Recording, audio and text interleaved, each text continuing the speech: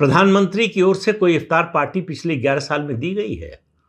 राष्ट्रपति भवन से कोई इफ्तार पार्टी दी गई है? और आप देखिए जिस तरह का माहौल इस समय रमज़ान का महीना चल रहा है, पीछे की बात छोड़ भी दे, उसका असर ये हुआ था कि जो धर्मनिरपेक्ष पार्टियां हैं उनके नेताओं ने इफ्तार की पार्टी देना बंद कर दिया। ज़्यादातर ने, पूरी तरह से ख़त्म नहीं हुआ, लेकिन ज़्यादातर ने बंद कर दिया। लेकिन भारतीय जनता पार्टी, मैं कह रहा था कि सबसे ताज़ा उदाहरण दिल्ली का, 26 साल बाद सत्ता में आई है। रेखा गुप्ता जी मुख्यमंत्री बनी है, पहली बार मुख्यमंत्री बनी है, पहली बार विधायक बनी है। उनका एक छोटा सा वीडियो क्लिप चल रहा है इस समय सोशल मीडिया पर। वैसे वो आजकल जो है इफ्तार पार्टियों में घूम घूम कर जा रही है, जैसे ऐसा लग रहा है कि अपने कार्यकर्ताओं की शादियों में जा रही हों और उनके वैवाहिक कार्यक्रमों में शामिल हो रही हों, इस तरह से जा रही है। इंडिया इस्लामिक सेंटर, जो जिहादियों का गढ़ है दिल्ली में, उसकी इफ्तार पार्टी में मुख्यमंत्री जी पहुंच गए। वहाँ तक भी गनीमत थी।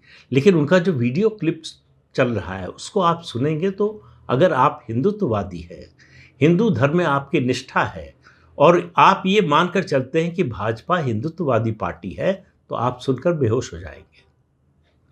वो कह रही हैं कि रमज़ान में राम और दिवाली में अली, दिल्ली चली सौहार्द की गली।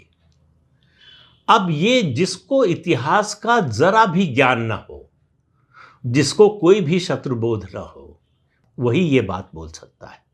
इससे साबित होता है विचारधारा की बात संघ करे, भाजपा करे, उसके जो नेता कार्यकर्ता हैं उनका विचारधारा से कोई लेना देना नहीं है।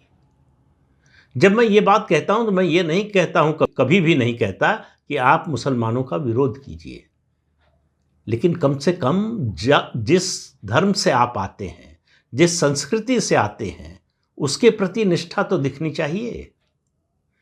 ये रोज़ा इफ्तार में जाने से हिंदू धर्म कैसे मजबूत होता है?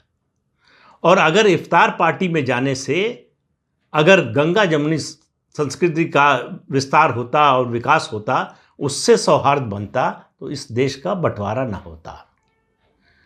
भूल जाइए मुस्लिम शासकों ने क्या किया, मुगल शासकों ने क्या किया। सिर्फ इतना याद रखिए, भारत का बंटवारा क्यों हुआ, देश बटा क्यों।